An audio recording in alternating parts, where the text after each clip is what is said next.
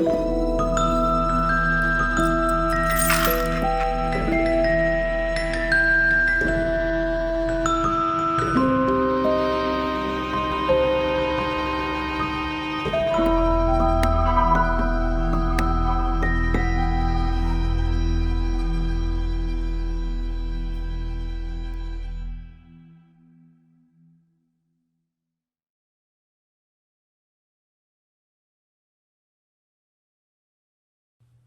everyone and happy October. I would say, blessed Samhain or happy Halloween or have a wonderful Allhallowtide, but the thing is that everyone celebrates different things on this particular holiday.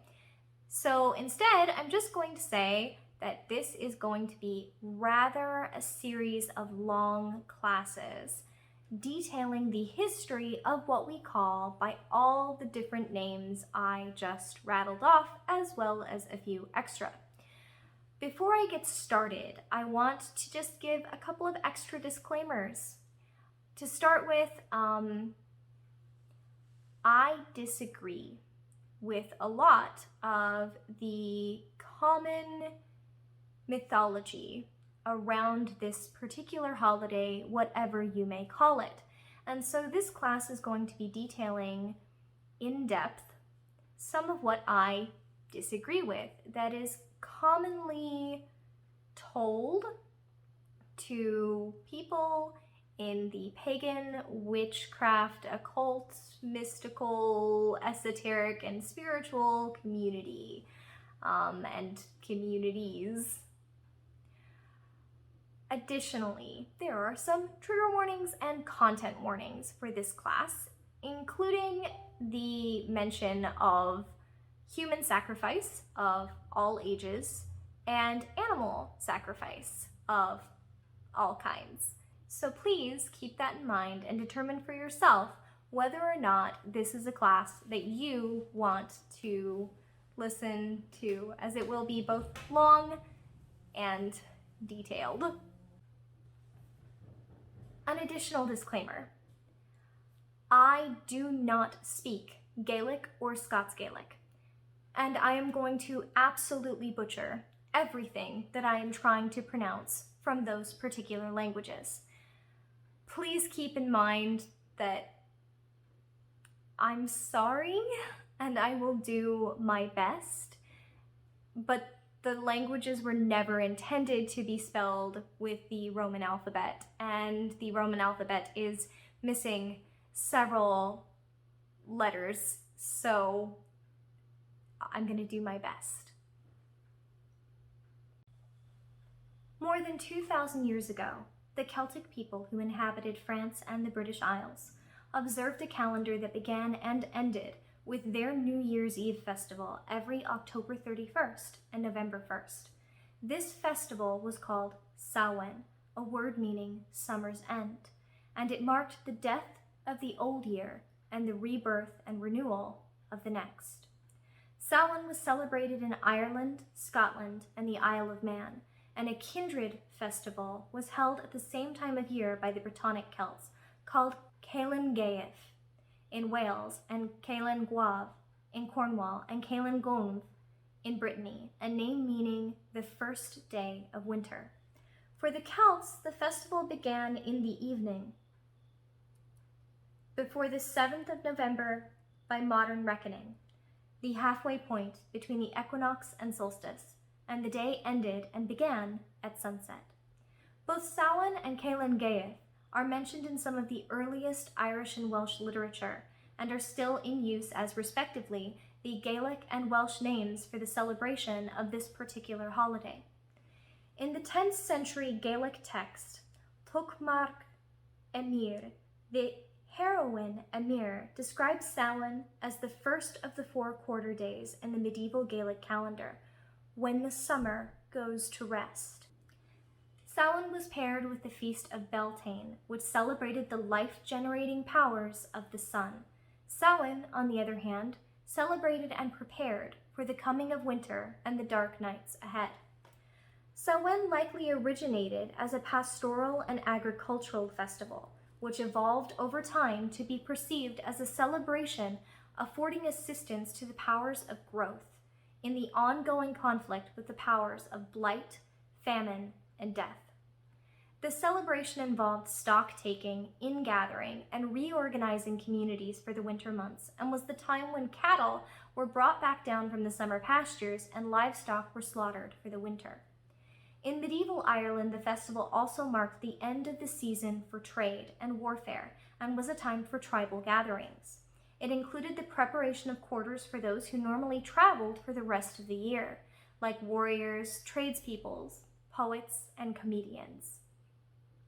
These gatherings are a popular setting for early Irish folktales. As the forces of winter, cold, darkness, decay, and death were said to be about and abroad during this time, including the Aes spilling out of the hollow hills, mounds, or barrows of the countryside. The celebration also involved huge and symbolically regenerative bonfires. It was believed that the Aes needed to be appeased in order to ensure that the people and their livestock survived the winter, so offerings of food and drink were left outside for them. The Celts may also have invoked the help of the gods through animal and perhaps even human sacrifice, which we'll get into a little bit more in the latter part of this video. Samhain was also regarded as a Day of the Dead. Some Neolithic passage tombs in Ireland are aligned with the sunrise around the time of Samhain, including the Mound of the Hostages, Dumha na Nagail, at the hill of Tara, and Cairn El at Slieve na Calia. It was, and still is believed by some, that the spirits of the dead returned at Samhain to the earthly homes of their loved ones in order to spend the evening in the company of their living kin. Families prepared offerings of fruits and vegetables and may have made trips to tombs or burial hills as well.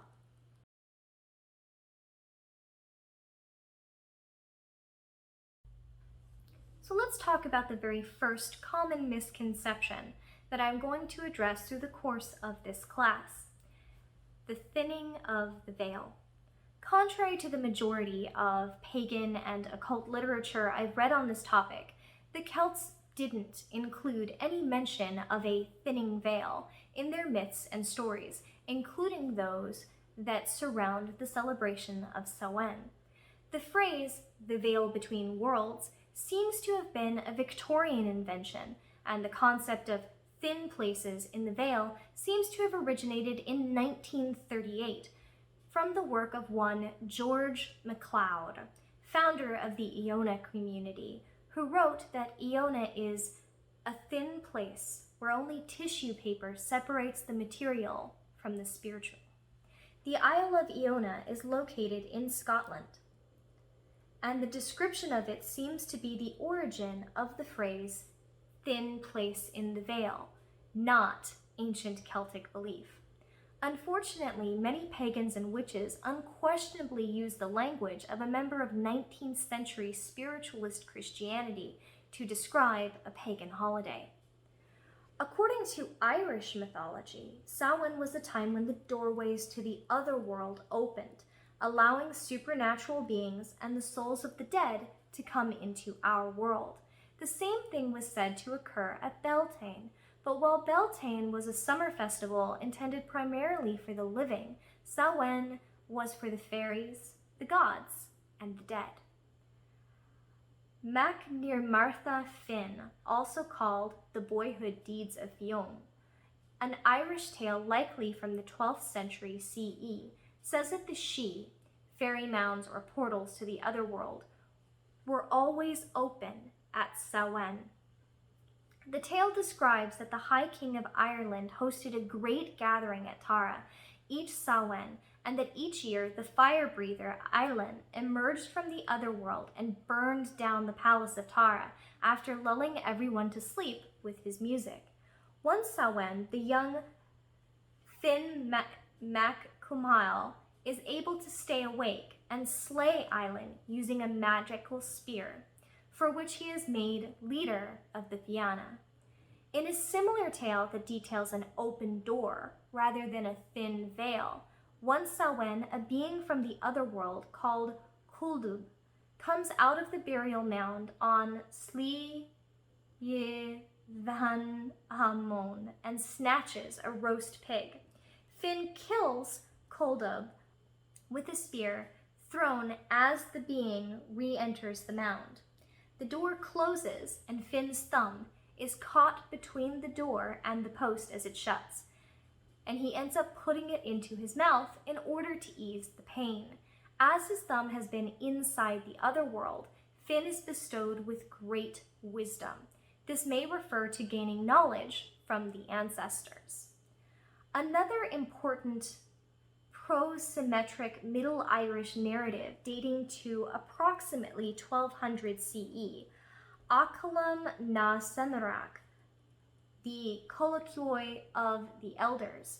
3 female werewolves emerge from the cave of Kraken, an otherworld portal, each Samhain, and kill livestock.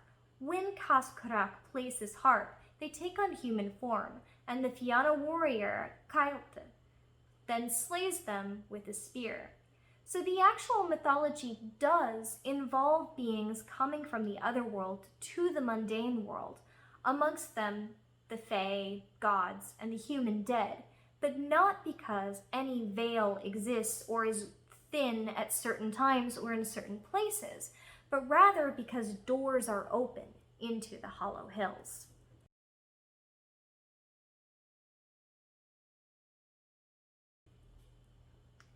The next misconception that I want to address: was Samhain a god of the dead?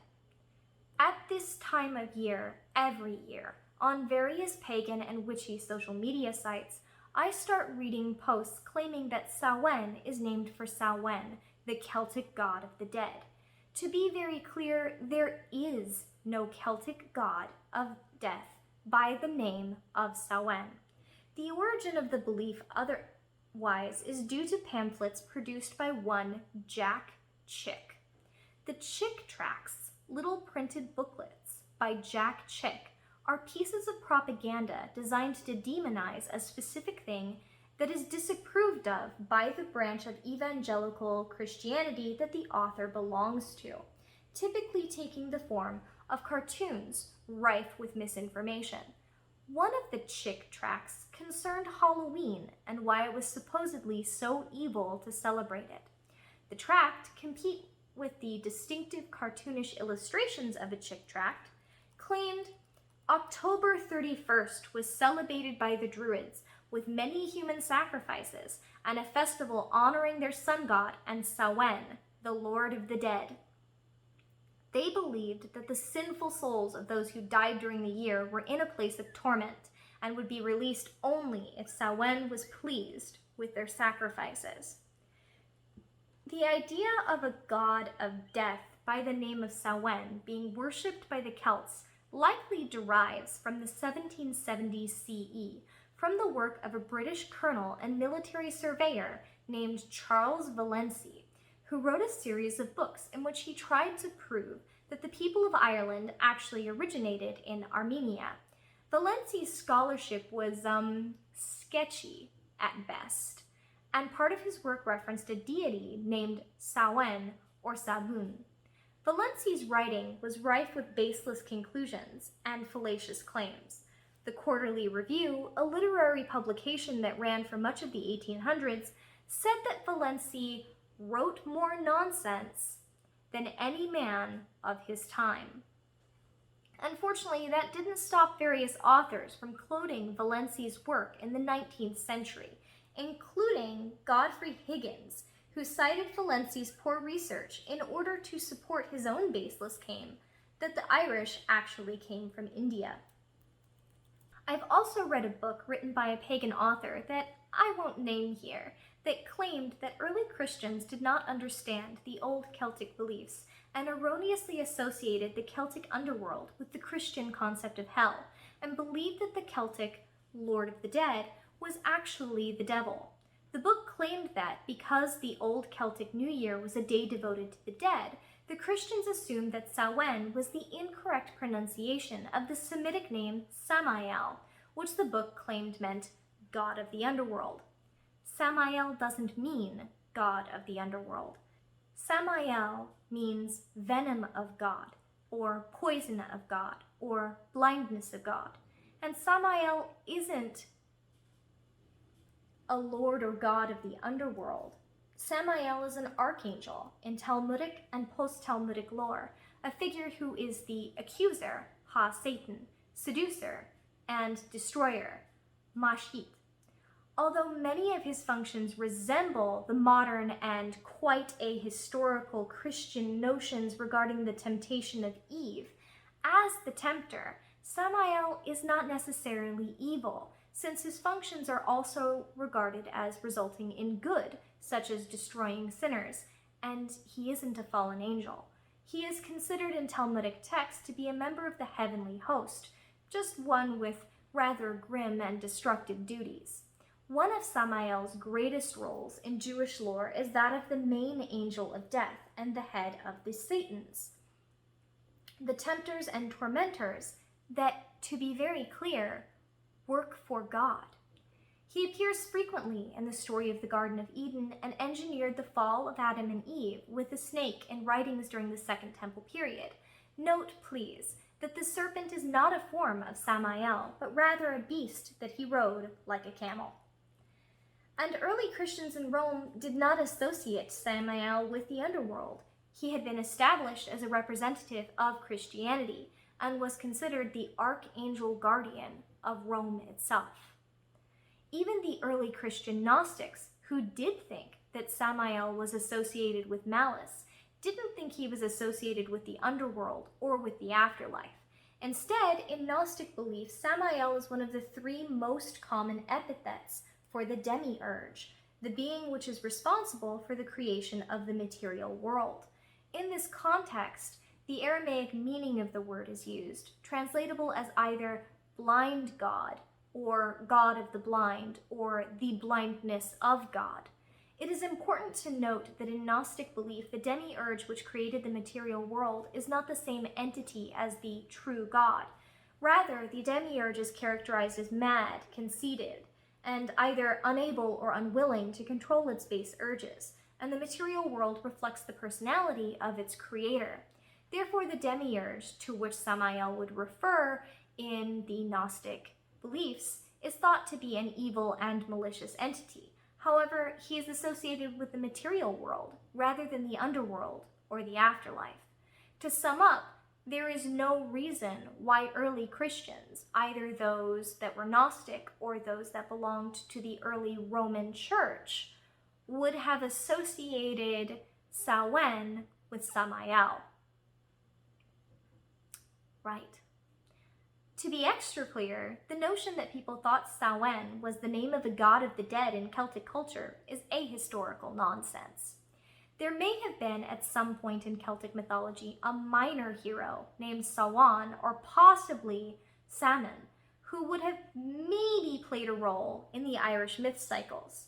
In the legend of Balor of the Evil Eye, Balor steals a magical cow called the Glasgamen.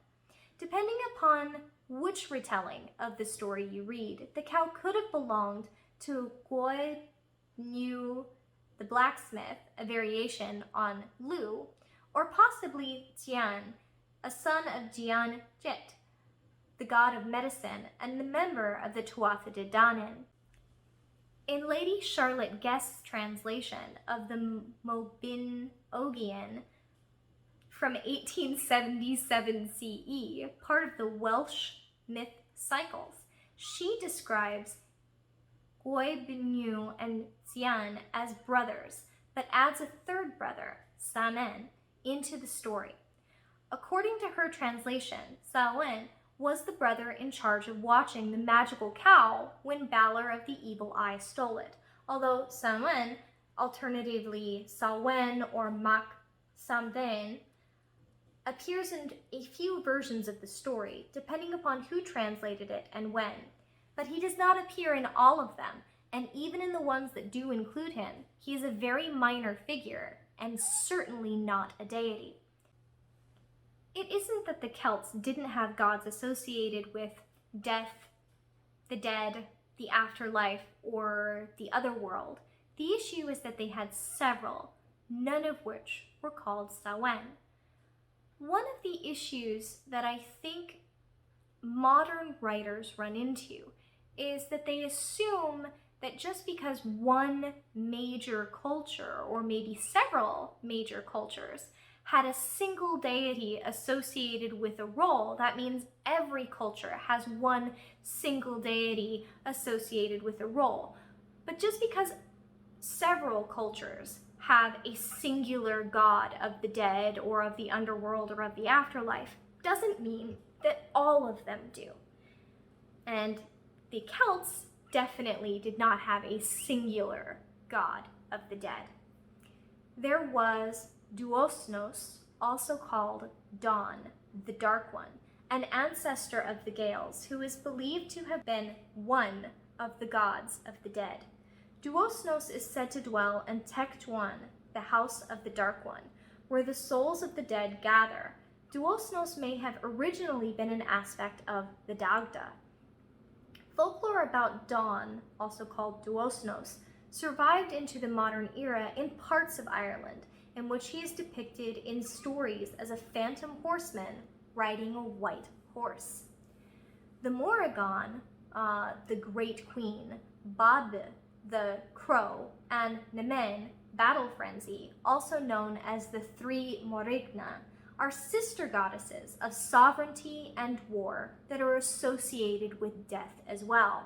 They may foretell and grant death, doom, or victory in battle. Sometimes the Morrigan is the name of all three combined into one goddess. Cath Maeg Truid, the Battle of Mag Truid, also begins on Samhain and features the Morrigan and the Dagda meeting and having sex before the battle against the Fomorians. After they have sex, the Morrigan promises to summon the magicians of Ireland to cast spells on behalf of the Tuatha Dé and to destroy Indech, the Fomorian king, taking from him the blood of his heart and the kidneys of his valor. Likewise, in Wales, Gwyn ap Nudd is a deity of the underworld, and Arran is the king of the realm of the afterlife. Manannán mac Lir is also associated with the spirit world, as well as the realm between it and the lands of man, and the Cailleach is associated with the darker half of the year, disasters, storms, and the dying of crops in the fields. Iracura, also called Ericura, Hericura, or Aracura, was a goddess worshipped in ancient times, often thought to be Celtic in origin, associated with the Roman underworld god Dispater, and sometimes seen depicted in the company of Cerberus. She was also associated with the fertility and harvest in the cornucopia and with apple baskets. Some myths also associate Crom Cruach, also called Crom Cruach, Ken Cruach, Croic, and Ken Cruiti, with Samhain. According to the Christian authors that came later, he was propitiated with human sacrifice, and his worship was ended by St. Patrick. The references in the Dinsenkas, the place lore poem, in the 12th century to sacrifice in exchange for milk and grain suggest that Crom Cruach had a function as a fertility god rather than as a death god. The description of his image as a gold figure surrounded by 12 stone or bronze figures has been interpreted by some cultural anthropologists as suggesting a function as a solar deity rather than one associated with darkness or the underworld. And of course there's Cernunnos, the horned god of Celtic polytheism, who is associated with fertility, animal sacrifice, and the underworld.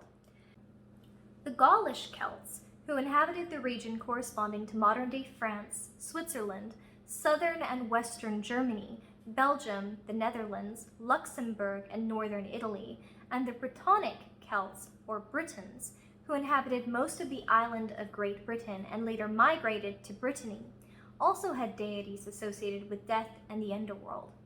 An Anku is a servant of death, commonly mistaken for a personification of death in Britain, Cornish called Ancau, and Welsh called Yr Angau, and Norman French folklore. The Anku is a henchman of death and a graveyard watcher who protects the graveyard and the souls around the graveyard and collects the lost souls from the land. The last dead of the year in each parish becomes the Anku of the parish for the following year. The Anku appears as a skeleton wearing a cloak and wielding a scythe. Adsagonsa was a Gaulish and Brittonic Celtic goddess of the underworld and of magic itself. Amongst all of these, however, the Celts did not have a god named Samhain that was associated with death, the underworld, or even the holiday.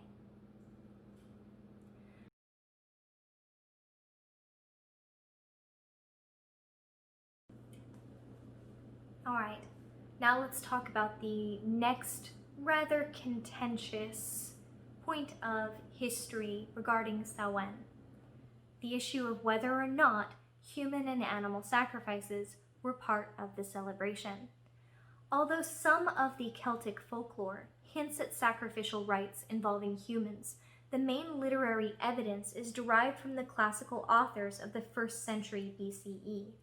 These writers, including Gaius Julius Caesar, Strabo, and Diodorus, wrote about the practice of human sacrifice by the Celts because, at the time, the Roman world no longer thought it compatible with civilization and used writing about the Celts performing it as a tool of propaganda in order to demonstrate that the Celts were uncivilized.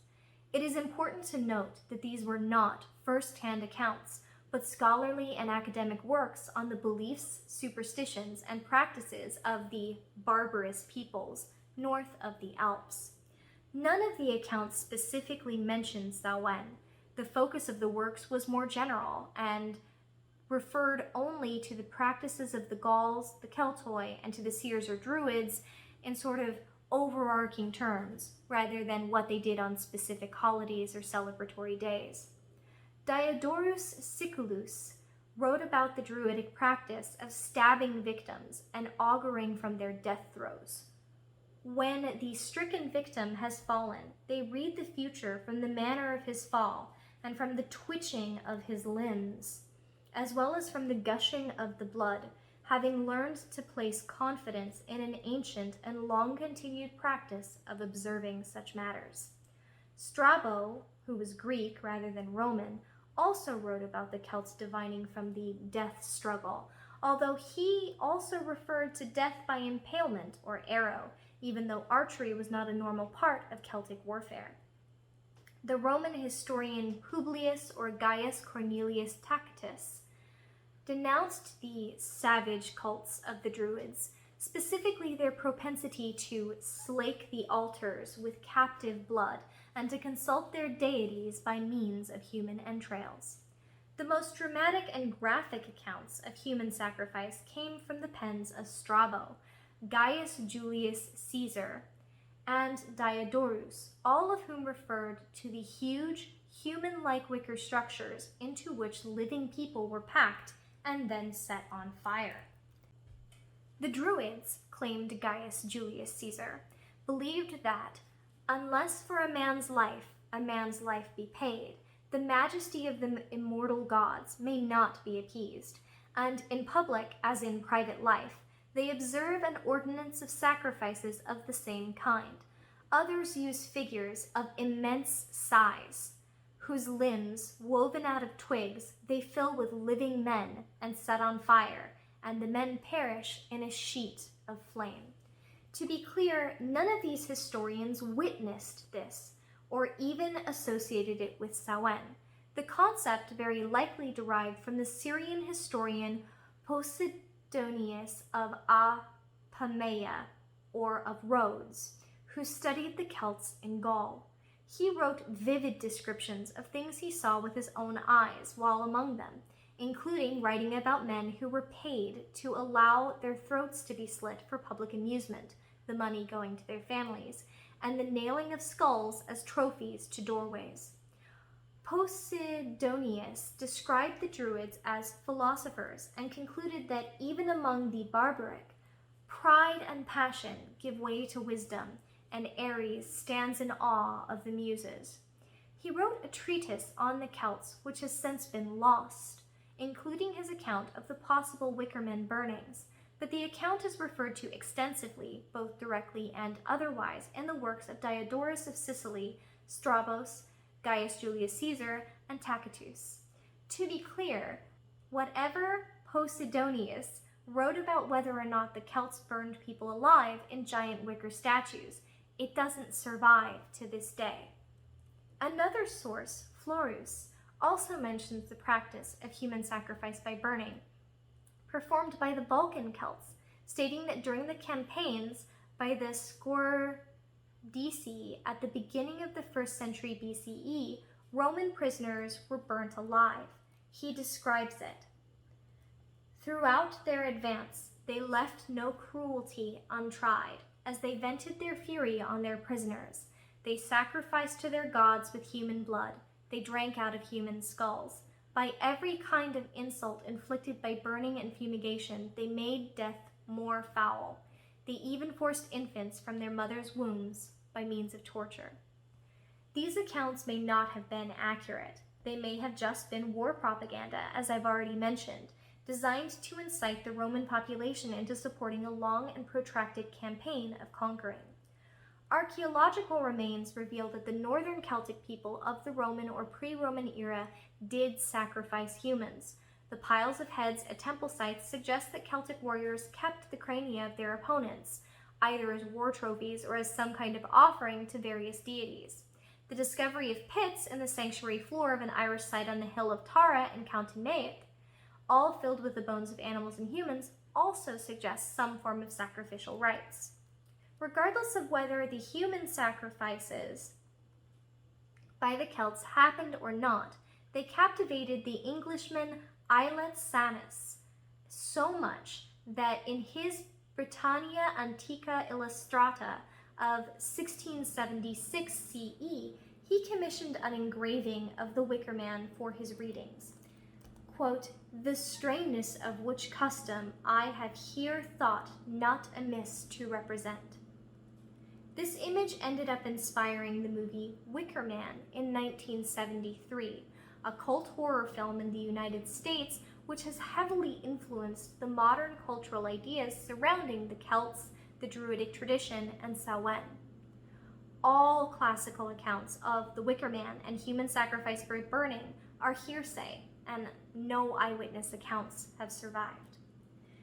The only archaeological evidence of such a phenomenon was produced by the Celts themselves. During the 1st century BCE, the Celtic tribes in Thrace produced a large number of silver tetradrachms of the Thasos type, on many of which a mysterious figure appears on the reverse.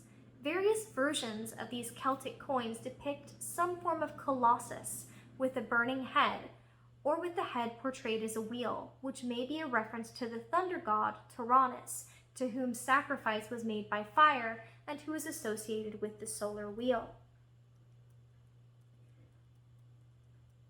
The most detailed account of a Druidic ceremony involving animal sacrifice rather than human sacrifice comes from Pliny the Elder, and details the sacrifice of 2 white bulls on the 6th day of the moon in what was very likely a routine fertility rite. Pliny condescendingly remarked that such are their religious feelings that are entertained towards trifling things by many peoples. The Celtic folktales also imply a certain degree of human sacrifice and animal sacrifice, though the Wicker Man is not a feature in any of them. And the Lebor Gabala Eren, or Book of Invasions, each Samhain the people of Nemed had to give 2/3 of their children, their corn, and their milk to the monstrous Fomorians. The Fomorians often represent the harmful or destructive powers of nature and act as personifications of chaos, darkness, death, blight, famine, and drought. This tribute paid by Nemed's people may represent a sacrifice that would have been offered at the beginning of winter. According to the later Din Senkas and the Annals of the Four Masters, which were written by Christian monks, Samhain in ancient Ireland was associated with the aforementioned Crom Cruach. In the Annals of the Four Masters, King Tigernmas is described making offerings to Crom Cruach each Samhain, sacrificing a firstborn child by smashing its head against a stone idol of the god, and then states that Tigernmas himself, with 3/4 of the men of Ireland about him, died while worshipping him at Magslecht, the plain of prostrations. It was in his reign the 3 black rivers of Ireland burst forth, Fubna, Turan, and Callan, their names. At the end of this year he died, with the 3/4 of the men of Ireland about him, at the meeting of Magslecht in Breifne, at the worshipping of Crom Cruach, which was the chief idol of adoration in Ireland. This happened on the night of Samhain precisely. The worship of Crom Cruach is said to have ended when St. Patrick smashed the idol with his hammer. The legendary kings Diarmait mac Kerbail and Muirchertach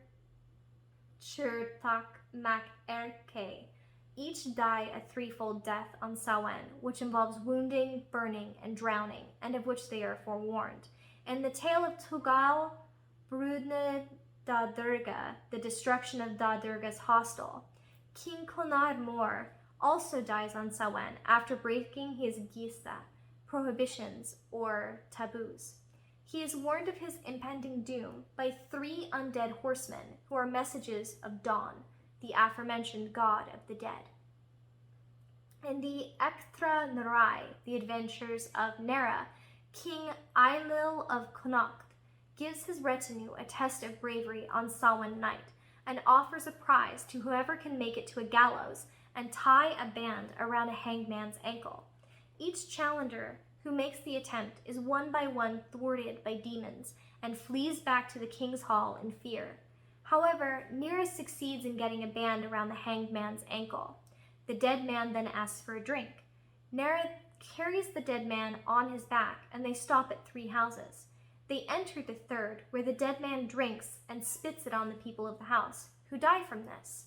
Returning to the hall of his king, Nera sees a fey host burning the king's hall and slaughtering all those inside. He then follows the host through a doorway into the other world. In the other world, Nera learns that what he saw was only a vision of what will happen during the next year's Samhain night, unless something is done to stop it. He is able to return to the hall and warn the king.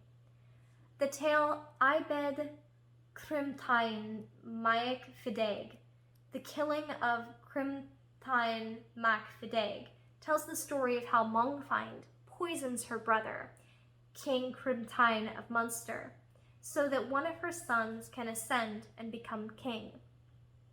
Mongfind offers Crimtain a poisoned drink at a feast, but he asks her to drink from it as well, to allay his suspicions. Having no other choice but to drink the poison, she dies on Samhain Eve. The king dies later on his travels throughout the kingdom of Munster when the poison takes effect. The Middle Irish writer of the tale notes that Samhain is also called File Moinghin, the festival of Mongfind, and that women and the rabble make petitions to her at Samhain. The aforementioned Macnig Martha Finn, also called the Boyhood Deeds of Finn, also details how on each Samhain the men of Ireland went to woo a beautiful maiden who lives in the Fey Mound at Bry Eel, Cogan Hill. It says that each year someone would be killed to mark the occasion by persons unknown. Some academics suggest that each of these stories implies that actual human sacrifice was taking place, and argue that several ancient Irish bog bodies, such as Old Crogan Man and the Cloney Cavan Man, appear to have been kings who were ritually killed, some of them around the time of Samhain. They are often found near sites associated with the stories of famous kings and kingly inaugurations. Their bodies demonstrate that they led an affluent life where they did not work with their hands as laborers, and they've often been killed in 3 ways, just as described in the Celtic stories, as in they've gone through a triple death, as occurs in Irish folktales. The Cloney Cavan Man for example, was struck in the face with a blunt instrument, then received blows to his head, likely from an axe, and then was given a long gash across his abdomen before the body was truncated and decapitated and put into a bog. After the Christian forces conquered Celtic areas, animal sacrifice continued. Evidence of this exists in a 6th century letter from Pope Gregory the Great to Abbot Mellitus, which states that the sacrifice of oxen in pagan worship should be allowed to continue, but that this should be done in honor of the saints and sacred relics.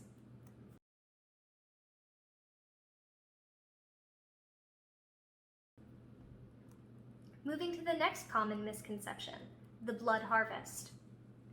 I've now read several books that claim that Samhain was the blood harvest, and while it is correct that Samhain was when some animals were killed to preserve the meat for the winter, the actual blood harvest performed by the Celts was Beltane, and the blood harvest was not the sacrificing of animals, but rather the practice of bleeding cattle.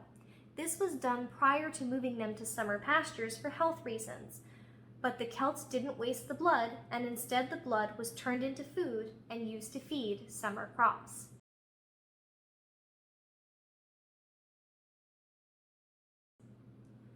Alright, I think that's where we're going to end this particular class, and over the next couple days, I will pick up on continuing to discuss this particular holiday, its histories, common misconceptions, common ways it was celebrated. We will pick up on the hairy folk and on the history thereof and the puka. Thank you for joining us. Please feel free to send any questions that you may have my way, either through our email address at staff@sanctumofthecraft.org or in the comments below, and I will attempt to address them. I do hope that you join us next time when we will further discuss the history of Samhain and hopefully how both Samhain and Allhallowtide evolved into modern Halloween. Anyway, be safe out there, everyone, and have a wonderful autumn.